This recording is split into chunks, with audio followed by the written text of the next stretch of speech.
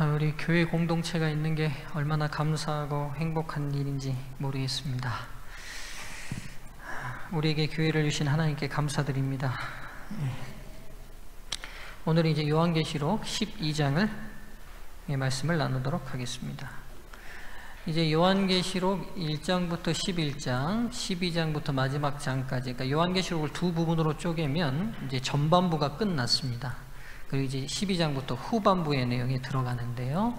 1장부터 11장까지 요한계시록 전반부는 그리스도의 십자가 사건 이후 현재까지 기독교 전체의 역사를 통해 나타난 선과 악의 대쟁투를 묘사하고 있습니다. 굳이 한마디로 압축을 하자면요, 그게 7교회로, 7인으로, 7나팔로 나타났습니다. 이제 후반부는 12장부터 마지막 22장까지의 초점은 마지막 종말 사건, 그리고 사탄의 어떤 활동이 종말에 있을 건지에 대해서 초점이 맞춰져 있습니다. 지난 시간에도 말씀드렸던 것처럼 악의 세력은 본인의 정체를 드러내지 않고 태초 이래에 언제나 본인을 드러내지 않고 본인을 대신하는 매개체를 통해 활동합니다. 그래서 웬만한 분별력이 아니고서는 그게 악인지 아닌지 구별하기 쉽지 않습니다. 여러분, 각시대 대쟁투에 그런 표현이 있죠. 사탄은 본인을 뿔 달린 괴물로 묘사할 때 가장 좋아한다고요. 왜요? 왜 사탄은 본인을 뿔 달린 괴물로 묘사할 때 좋아할까요? 예, 본인은 절대로 그렇게 안 나타나니까요. 아시겠어요?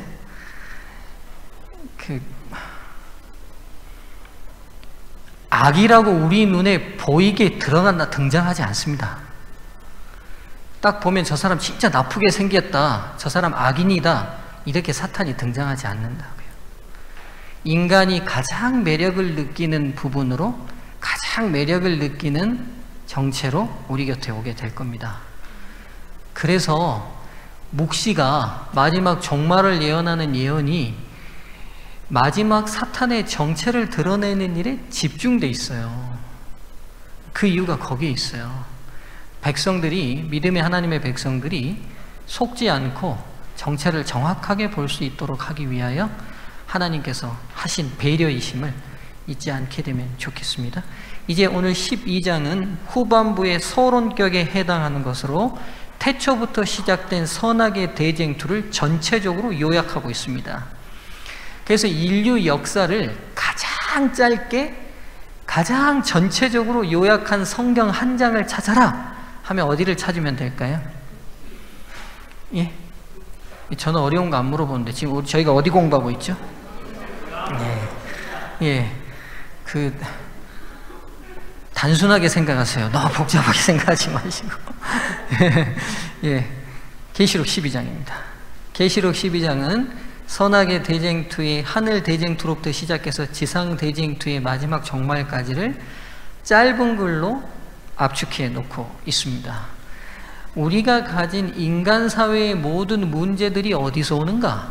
어디서 왔는가? 여러분, 지금 우리가 사는 많은 문제점들이 다 뭐에서 생깁니까? 서로 전쟁이 일어나고 서로 싸우고 더 많이 이게 다 어디서 일어나죠? 인간 안에 있는 마음의 죄 때문에 시작이다. 이걸 기독교는 죄라고 딱 분명히 말해요. 그러면 죄를 명료하게 규정해 봅시다. 죄가 뭐예요? 죄가 어떻게 나타나요?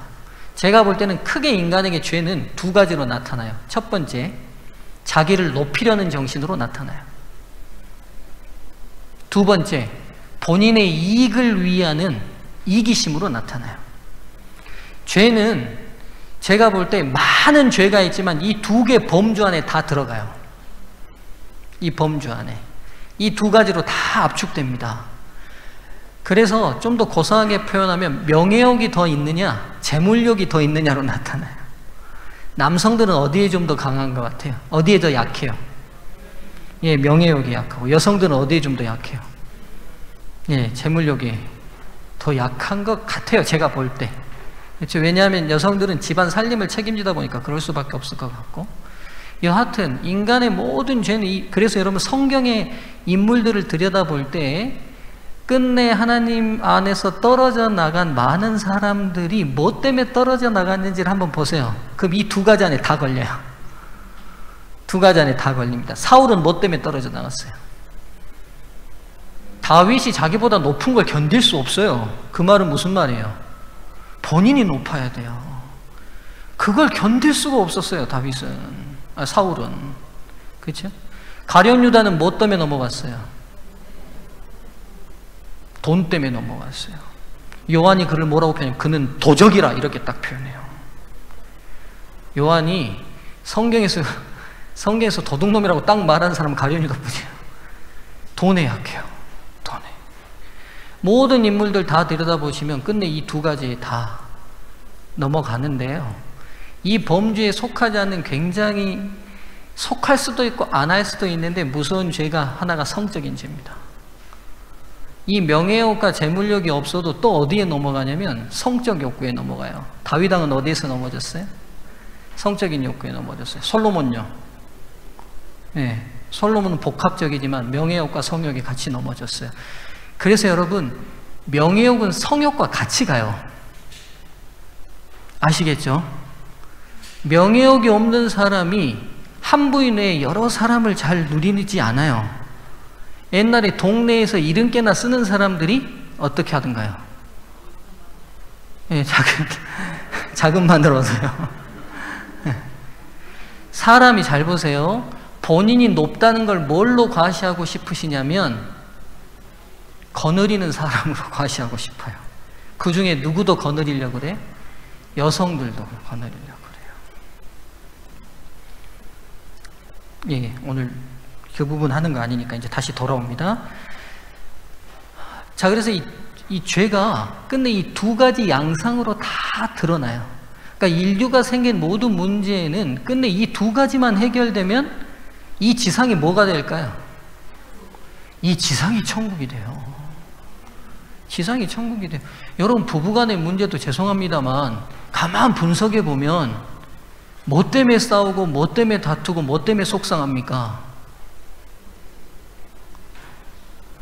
내가 남편인데 말 그따위로 하네. 누가 높고 싶은 거예요? 부인보다 내가 더 높고 싶은 마음이 있어서 그러는 거 아니에요? 그렇죠? 명예욕이 작용을 해요. 그 다음에 보통 부인들이 남편 바가지 왜 긁어요? 돈도 쥐꼬리만큼 벌어오면서 이래요. 뭘 자극하죠? 욕심과 이기심이에요. 인류가 다 마찬가지예요. 국가의 수반들이 명예롭게 얘기하고 멋지게 얘기하지만 그 이면에는 다 서로 이기심을 충족하고 명예를 높여주는 것들 때문에 국가 수반들도 만나고 그러는 거 아닌가요? 그렇죠? 그러니까 이 근본적인 문제가 어디서 왔냐는 거예요. 오늘 12장이 그걸 밝혀주고 있어요.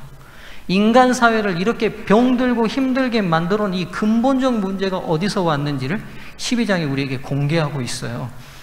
여러분, 여기 이제 젊은 분들이 계시니까 쥐나가 옳다 그르다 100번 옳다고 쳐도 우리가 가진 이 문제가 어디서 왔는지 진화론으로 설명할 수 있습니까? 인간이 가진 이기심이나 인간이 가진 이 명예욕이 도대체 어디서 왔어요? 진화되면서 생겨났어요? 자연스럽게? 예? 여러분 제가 볼 때는 인간이 조금만 좀 더 겸손하게 우리를 살펴보면 성경의 말씀이 진리라고 인정하지 않을 수 없어요. 알량한 지식으로 교만하니까 아닌 것처럼 보이죠. 진짜 겸손하게 한중 흙에서 왔고 한중 흙으로 돌아갈 수 없던 연약한 한 인간으로 우리가 겪고 있는 이 모든 문제들이 도대체 어디서부터 시작됐을까를 깊이 공부해 보면 성경 외에는 답을 줄 수가 없어요. 성경 외에는. 그리스도인 재림 성도가 된 것을 감사하시면 좋겠어요. 이 답을 찾지 못해서 고민하는 사람들이 얼마나 많은지 몰라요. 예전에 여러분 시조서 편집국장 하셨던 천세훈 목사님 기억하시죠? 글 얼마나 잘 쓰세요.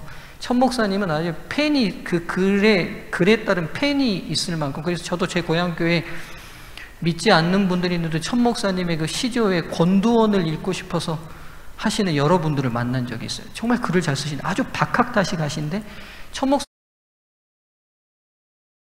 네, 이분이 독서광이었어요. 그래서 온갖 철학서로 그가 날을 새고 책을 읽었대요. 근데 읽으면 읽을수록 머리가 정리가 되어 더 복잡해져요.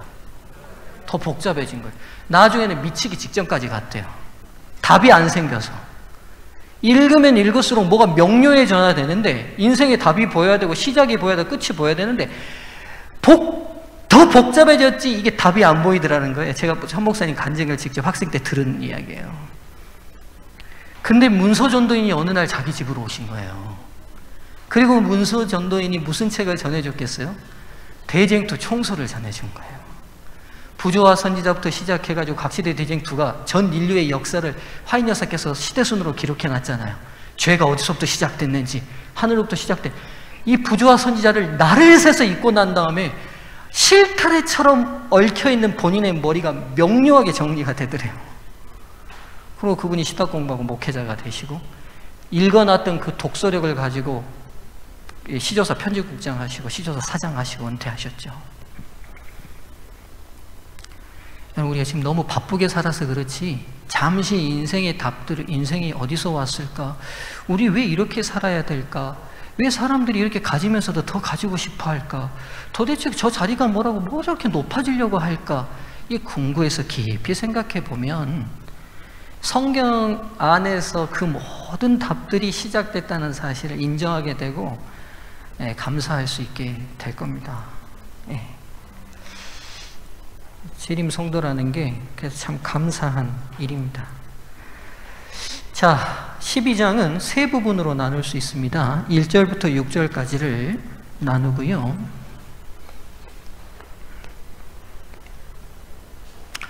7절부터 12절까지를 나눌 수 있고요. 13절부터 마지막 끝절인 17절까지를 나눌 수 있습니다. 자, 1절부터 6절까지는 여자를 낳은 아이를 멸망시켜야 하는 사단의 활동의 중점적인 기록이 있습니다. 그리고 7절부터 12절까지는 하늘에서 영구 추방당하는 사탄의, 쫓겨나는 사탄이 기록되어 있고요. 13절부터 17절까지는 아이를 낳은 여자를 마지막 무너뜨리기 위해, 파괴하기 위한 사탄의 노력이 마지막 세 번째 부분에 기록되어 있습니다. 오늘 첫 번째 부분만 하려고 합니다. 자, 1절부터 6절까지의 말씀을 봉독하겠습니다. 자, 1절부터 6절까지입니다. 앞에 있으니까요. 우리가 함께 좀 천천히 봉독해 볼까요?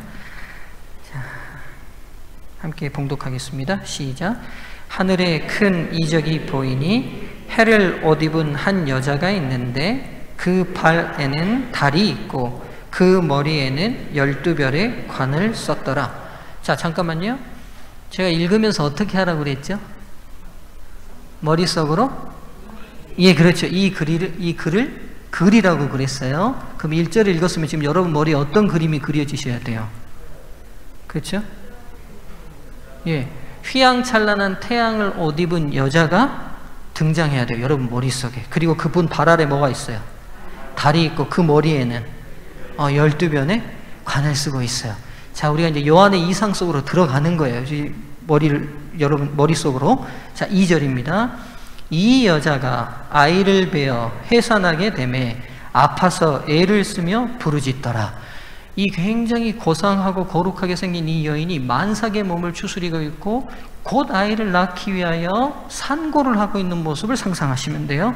3절입니다. 하늘에 또 다른 이적이 보이니, 장면이 바뀌어요. 장면이 바뀝니다. 장면이 바뀌고 보라, 한 큰 붉은 용이 있어. 붉은색 용이 등장했어요. 머리가 몇 개고요?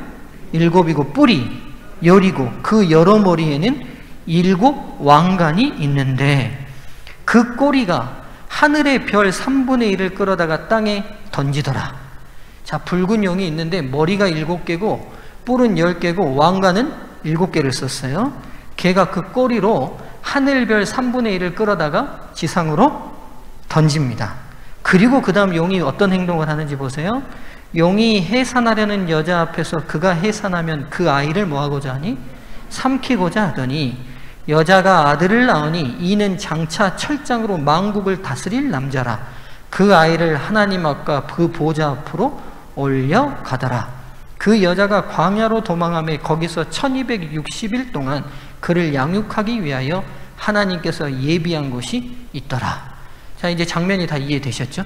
만삭한 순결한 어떤 거룩한 여인이 아이를 낳으려고 하니까 아이를 낳으려는 그 장면에서 장면이 바뀌더니만 그 여자 반대편에서 이 여자를 공격하려는 대상이 등장해요. 근데 이 대상이 먼저 했던 일들을 기록하고 있어요. 그게 뭐랬냐면 꼬리로 하늘 별을 3분의 1을 끌어다가 지상에 던졌어요. 그 다음 한 일이 뭐냐면 이 여자가 아이를 낳기만 하면 뭐 해버리겠다? 삼켜버리겠다. 그러니까 뭐 하겠다는 말이죠? 예, 먹어버리겠다는 거. 용이 먹으면 살겠어요? 죽겠어요? 죽겠잖아요. 그러니까 죽이고 공격하기 위한 행동이죠. 근데 이 여자가 아들을 낳았는데 용이 삼키고 먹었어요? 못했어요. 그리고 이 남자아이가 철장으로 만국을 다스릴 남자아이가 태어났고 이 아이가 성공적으로 사역을 마치고 하나님 앞과 그 보좌 앞으로 올라가게 됩니다. 그리고 남은 이 여자, 아이를 해산한 이 여자는 어떻게 되냐? 광야로 도망해서 거기서 1260일 동안 용의 공격을 피해 보호받는 사실을 보호받게 되는 것을 기록하고 있습니다. 장면이 이제 다 이해되셨죠? 이제 이 장면 하나하나가 어떤 내용인지를 함께 역사적으로 해석해 가보도록 하겠습니다. 자, 요한은 하늘에서 이루어진 큰 이적을 보게 되는데 이 이적이라는 단어가 세메이온이라는 단어예요. 이 단어의 뜻이 뭐냐면 실제적인 대상이 아니라 상징적으로 나타냈다는 의미예요. 그러니까 지금 여기 등장하는 여자, 용, 이 모든 것은 진짜 용이고 진짜 여자가 아니라 어떤 존재를 뭐하고 있는 거예요? 상징하고 있는 거예요. 이 헤메이온이라는 단어 자체가 상징하고 있다는 걸 알게 됩니다. 그럼 먼저 우리 눈에 첫 번째 등장했던 이 여자가 누군지 영적인 비유니까 실제적으로 이 여자가 누군지 성경 안에서 이 여자를 해석해 볼 필요가 있겠죠. 자, 이 여자가 누군지 보면 이 여자로 비유할 때 상징적으로 여자로 자주 비유했던 게 구약 성경에 보면 하나 찾을게요. 이사야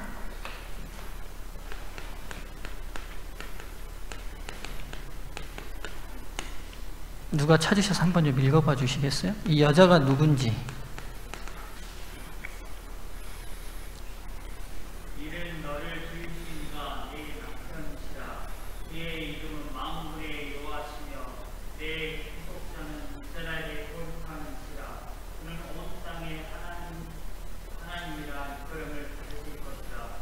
여호와께 너를 부를 때 마치 버림을 받아 마음에 근심하는 아내도 어릴 때에 아내가 되었다가 버림을 받은 자에게 한과 같이 하실 것입니다. 내 하나님께서 말씀하셨느니라. 예, 뭐 길게 읽었지만 내용은 하나님이 나는 너희의 남편이라고 그러고 내 아내는 이스라엘 민족을 향해 아내라고 묘사하고 있어요. 그러니까 지금 하나님께서 자주 상징적으로 나는 누구와 결혼했다고 얘기하시면 이스라엘 민족 자체와 결혼했다고 얘기하세요. 그리고 이스라엘을 내 아내, 여자라고 묘사하거든요. 이게 성경 전반에 비유되는 하나님의 교회를 상징하는 하나의 비유로 계속해서 쓰이고 있어요. 신약에도 이게 동일하게 쓰이거든요. 고린도 후서 11장 2절 찾아보실래요? 찾아서 한번 읽어보시죠.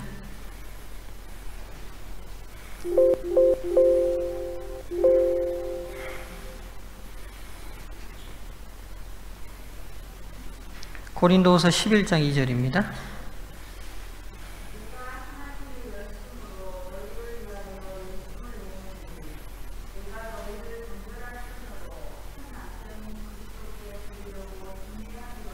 예, 사도 바울이 본인을 뭐라고 묘사하냐면 나는 중매쟁이다. 그리고 남편이신 예수님과 교회인 너희들을 연결하는 중매쟁이라고 말씀하고 있죠. 그러니까 지금 계속 신구약 동일하게 하나님의 교회를 여자로, 그리고 하나님을 남편으로 이렇게 묘사하는 비유가 성경 전체를 흐르고 있어요. 그러면 이런 표현의 발전으로 성경 안에서 하나님의 말씀에 충성되고 충실할 때는 순결한 여인으로, 불충실할 때는 뭘로요? 음녀로, 교회를 이렇게 표현하는 표현으로 나뉘게 됩니다. 그래서 계시록 안에도 충실한 충실한 교회를 충실한 여인으로, 불충실한 교회를 음란한 여인으로, 이게 이제 호세아 선지자에도 그대로 적용이 되잖아요. 그렇죠? 그래서 교회가 하나님 앞에 충성되어 있었을 때는 순결한 여자로 성경이 비유하고, 하나님 앞에 불충실하고 우상숭배로 빠졌을 때는 음란한 여자로 묘사합니다. 자, 그래서 이 여자가 바로 구약과 신약에 나타난 교회의 상징임을 알 수 있고요. 그래서 복음을 상징하는 빛을 그대로 옷 입고 있고 발에 두고 있잖아요. 그렇죠? 해와 달이 빛에 대한 상징이고 빛은 말씀에 대한 상징이잖아요. 이 여자가 달을 밟고 해를 옷 입고 있는 이유가 복음을 비추고 있는 역할을 감당하기 때문에 그렇게 하고 있고, 그 다음에 머리에 뭘 썼어요? 12별을 썼는데, 교회의 기초가 됐던 사람들이 구약시대 이스라엘은 12지파였고, 신약시대에는 교회의 기초가 됐던 사람이 12사도였잖아요. 그래서 10이라는 상징을 가지고 있는 교회의 출생을 관을 쓰고 있는 것으로 묘사하고 있습니다. 자, 이제 또 다른 이적이 보여요. 이번에는 붉은 용이 등장합니다. 이 용은 누군지 9절이 그냥 해석을 해줘버리고 있어요. 12장 9절이 뭐라고 해석하는지 한번 들어보실까요? 읽어보실래요?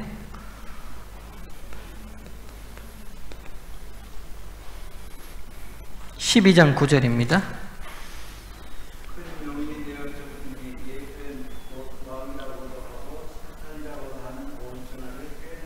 예, 자, 용을 성경이 바로 해석해줘요. 용이 누구래요? 옛뱀.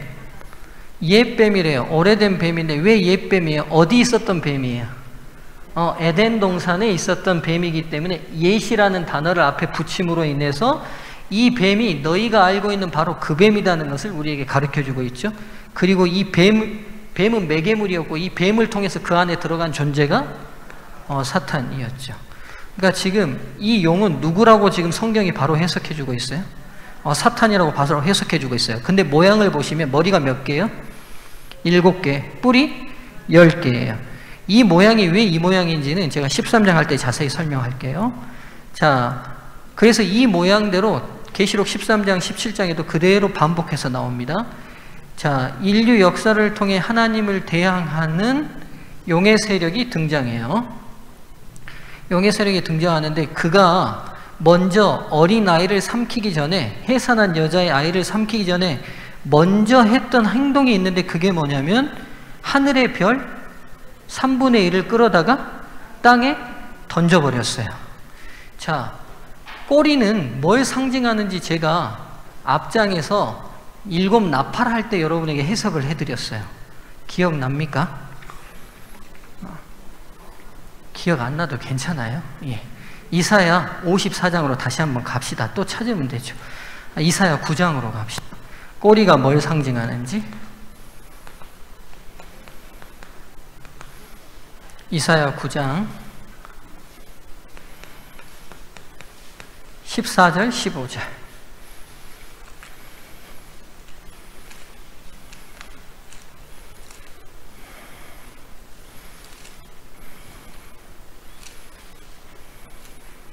찾으셨나요?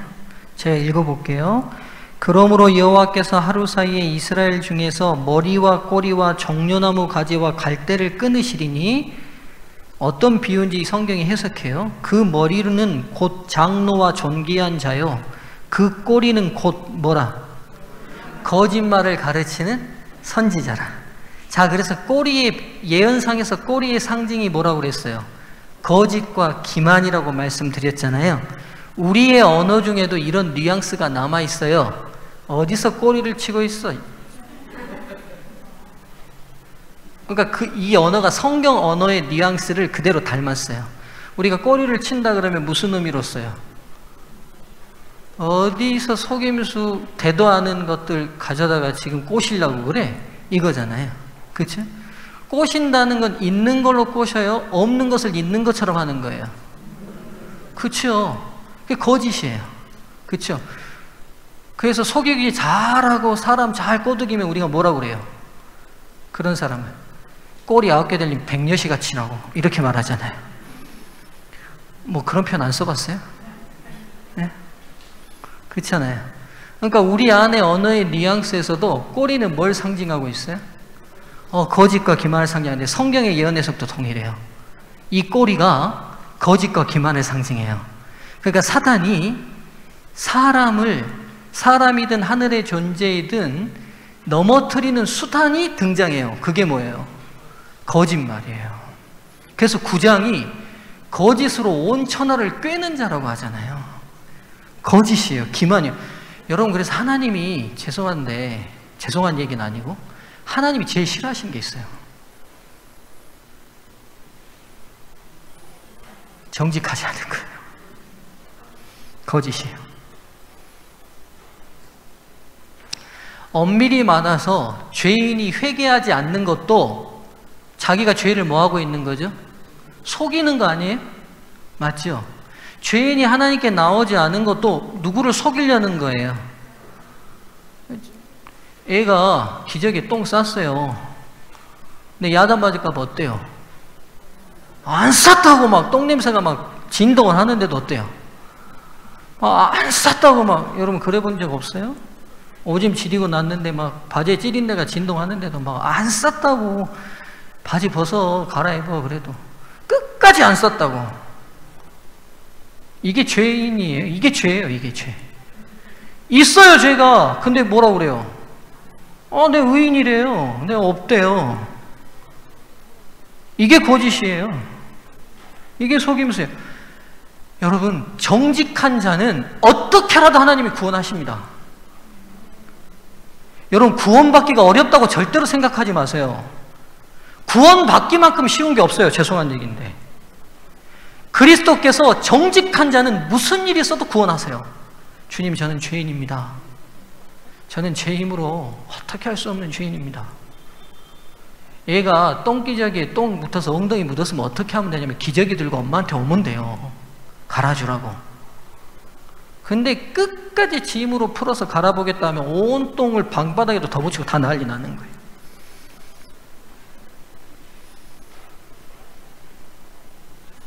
여러분, 그래서 그리스도 안에서 정직한 걸 두려워하지 마세요.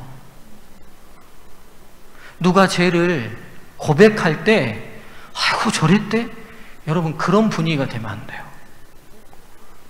누가 감춰진 죄라도, 혼자 하는 은밀한 죄라도, 혹 마음속으로 심은 죄라도 우리 형제 안에 용서를 구할 때 그걸 우리가 격려하고 하나님이 용서하시는 귀한 은혜에 나온 것을 박수 쳐주고 그 영혼이 바로 서도록 우리가 도와줘야 돼요.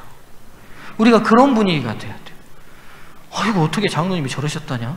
어떻게 목사님이 저러신다냐? 어떻게 집사님이, 아이고. 여러분, 그렇게 말하는 게 뭐냐면 실은 내가 더 감추고 싶은 게 더 많을 수도 있는 거예요.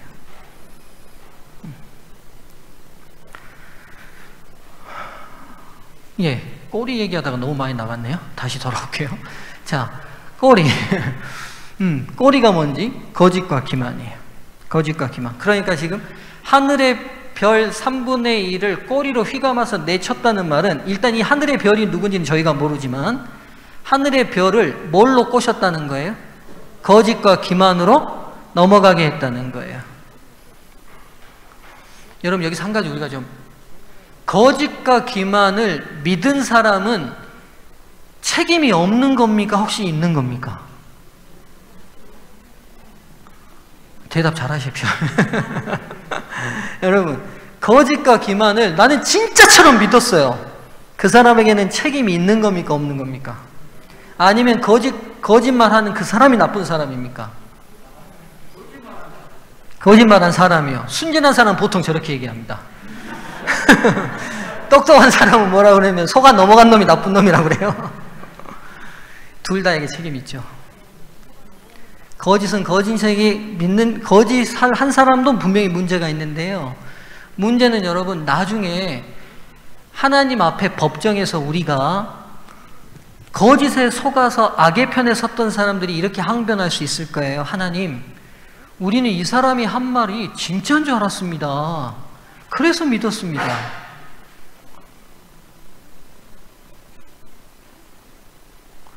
근데 여러분, 기억하셔야 될 게 있어요. 옳고 그름을 판단할 분명한 안내서인 성경을 하나님 우리에게 주셨어요. 그럼 속아 넘어간 것도 누구에게 책임이 있는 거예요? 진리신 말씀을 면밀히 살피지 않는 본인의 책임을 하나님이 물으시는 거예요.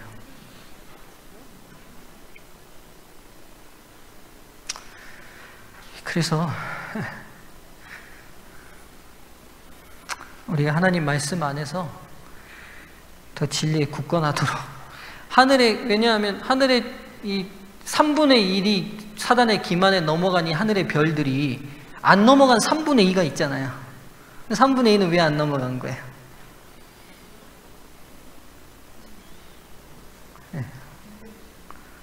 3분의 2는 진리의 말씀인 하나님의 말씀에 늘 비추었기 때문이죠. 기준이 뭐가 됐냐면 하나님의 말씀이 기준이 됐어요. 여러분, 이거 중요한 사항을 제가 지금 말씀드리는 거예요. 무슨 말이냐면 누가 와서 계속 문술래 집사님한테 잘못된 정보를 말할 수 있어요. 근데 사람이 한 번 들어, 두 번 들어, 세 번 들어 계속 듣다 보면 어떻게 됩니까? 자기도 모르게. 여러분, 그 생각하는 뇌라는 책을 쓴 저자가 했던 말 중에 제가 잊혀지지 않는 문구가 있어요. 뭔지 아세요? 거짓말을 믿게 하는 방법은 쉽다. 반복하면 된다. 인간의 뇌는요, 반복돼서 본인에게 들린 것을 진리로 인정하기가 쉽습니다. 그래서 계속 반복되면, 그게 진실이 아니어도 반복된 말이 계속 반복되면 그게 진실처럼 우리 뇌는 바뀌어버려요. 그러면 하늘의 별 3분의 1과 3분의 2의 차이는 뭐였냐는 거예요. 사단이 계속해서 하나님에 향한 거짓된 기별들을 증거했을 때, 제가 볼 때 3분의 2는 그 기별에 귀 기울이지 않고 하늘 온 천지에 충만한 하나님의 말씀에 늘 더 귀 기울였을 거예요. 반면에 3분의 2는요, 이거 새로운 기별이네, 좀 들어봐야겠네. 여러분, 새로운 기별 좋아하지 마십시오. 해 아래 새 것 없습니다.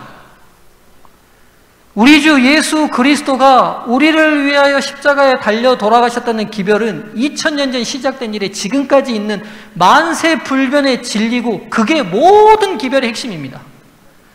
근데 이게 계속 반복되다 보니까 사람들이 어떠냐면 식상해. 그러니까 뭐 새로운 거 없나 해서 자극적이고 뭔 시대에 맞게 해석을 해주고, 요즘 백신 맞으니까 막 백신에 뭐가 들어가 있더라, 맞으면 안 된다더라, 막. 여러분, 우리 대청회가 맞아도 된다고 재림마을에 올렸더라고요. 하나님이 세우신 최고 지도자들이 기도하고 전문가들과 함께 논의해서 내린 결론이 백신은 건강에 유익하니 안전을 위해서 맞으라고 다 권고했잖아요. 그럼 우리가 뭘 기준으로 생각해야 돼요? 뭘 기준으로? 예, 성경과 예언의 신, 그리고 그 성경과 예언의 시대에 기초된 지도자들이 낸 결의에 기초돼서 생각하면 돼요.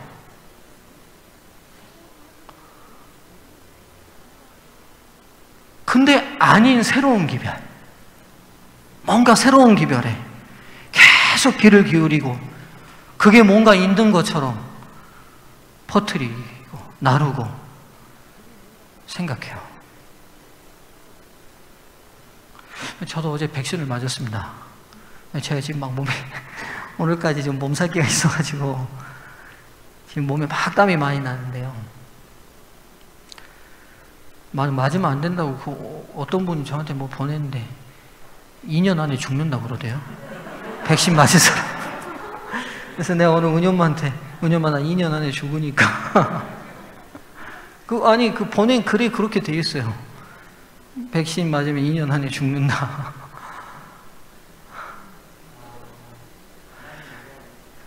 안 맞으면 오래가 되시고요.